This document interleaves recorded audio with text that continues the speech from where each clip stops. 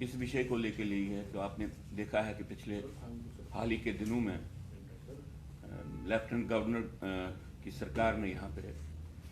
Encroachments में, कश्मीर में भी एनक्रोचमेंट्स और जो इलीगल कंस्ट्रक्शंस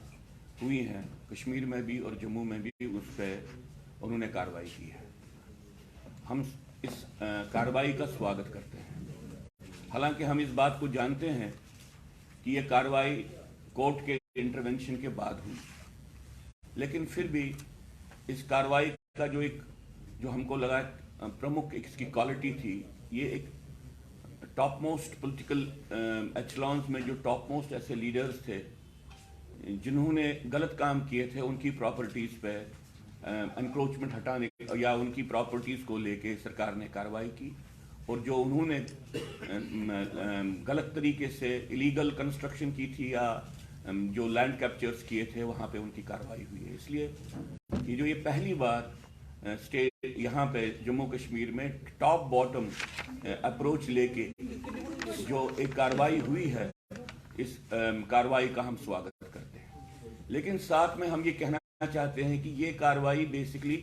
सिर्फ करप्शन के दायरे में नहीं देखनी चाहिए। इस कार्रवाई को आंतरिक विघटन की प्रक्रिया के रूप में, इस कार्रवाई का जो स्वरूप है बेसिकली जो एनक्रोचमेंट से ये इंटरनल सबवर्शन की घटनाएं हैं, विघटन करने की घटनाएं हैं, और हम समझते हैं कि सरकार इसको जो अपनी कार्रवाई को इंटरनल सबवर्शन को खत्म करने की कार्रवाई के रूप में इसको एक्सपैंड करे। और इस संदर्भ में हम कहना चाहते हैं कि बहुत आवश्यक है कि भारत सरकार भी और यहाँ पे जो यूनियन टेरिटरी की गवर्नमेंट है वो भी ये समझे कि सिर्फ पाकिस्तान ही एक सपोर्ट स्ट्रक्चर नहीं रहा है यहाँ पे आतंकवाद का, अलगाववाद का। यहाँ पे जो डेमोक्रेटिक सिस्टम 1996 के बाद पनपाया गया है उसको इस्तेमाल करके अंदर से एक सपोर्ट स्ट्रक्चर बिल्ड किया गया है। इसलिए जो यहाँ पे जमीनों का कब्जा और बाद में यहाँ पे इलीगल कंस्ट्रक्शन का काम किया गया राजनीतिक दलों के तरफ से, तो वो बेसिकली इस राज्य के संसाधनों को इस्तेमाल करके एक सेपरेटिस्ट सपोर्ट स्ट्रक्चर आंतरिक बिल्ड करने की एक प्रक्रिया भी थी। इसलिए हम कहते हैं कि हाल ही के दिनों में जो भारत सरकार की तरफ से 1996 से ही यहाँ पे डेमोक्रेटिक पार्टी जिन्होंने हुकूमत की है उनके रोल को लेके एक सिट का निर्माण किया जाए, स्पेशल इन्वेस्टिगेशन टीम बनाई जाए और देखा जाए कि हमारे डेमोक्रेटिक सिस्टम को अंदर से ही, खासतौर से नेशनल कॉन्फ्रेंस और पीडीपी की जब गवर्नमेंट्स थी उसके होते हुए किस तरह से यहाँ पे अलगाववाद को प्रोत्साहन मिला, आतंकवाद को प्रोत्साहन मिला, फंडामेंटलाइजेशन की प्रोसेस को प्रोत्साहन मिला। क्योंकि हम समझते हैं कि ये जमीनों पे कब्जा करने की पूरी का जो घटनाक्रम है ये बेसिकली एक आंतरिक विघटन का एक हिस्सा है और एक डेमोग्राफिक असॉल्ट की प्रक्रिया का एक हिस्सा है। इसलिए बहुत आवश्यक है कि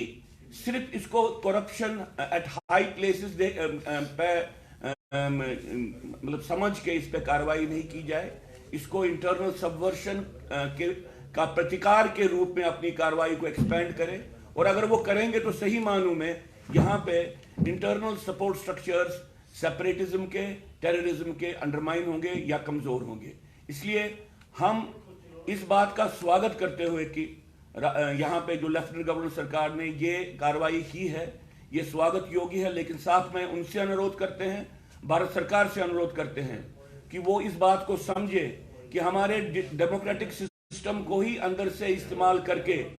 यहाँ पे अलगाववाद को चलाया जाता है, यहाँ पे आतंकवाद को चलाया जाता है और यहाँ पे जातीय संहार, हिंदुओं के खिलाफ जो जिनोसाइड का क्रम है उसको चलाया जाता है। इसलिए आपके माध्यम से आज की पत्रकार परिषद में प्रमुखता से हमको ये कहना है कि एक सिट का एक निर्माण किया जाए, स्पेशल इन्वेस्टिगेशन टीम बनाई जाए जिसमें एक्सपर्ट्स की हो, और ये वो यहाँ पे डेमोक्रेटिक सिस्टम जो है वो किस तरह से इस्तेमाल हुआ है, खासतौर से नेशनल कॉन्फ्रेंस और पीडीपी का क्या रोल रहा है, इसके संदर्भ में वो पूरा एक विश्लेषण करें और देश के सामने अपने तथ्यों को रखें।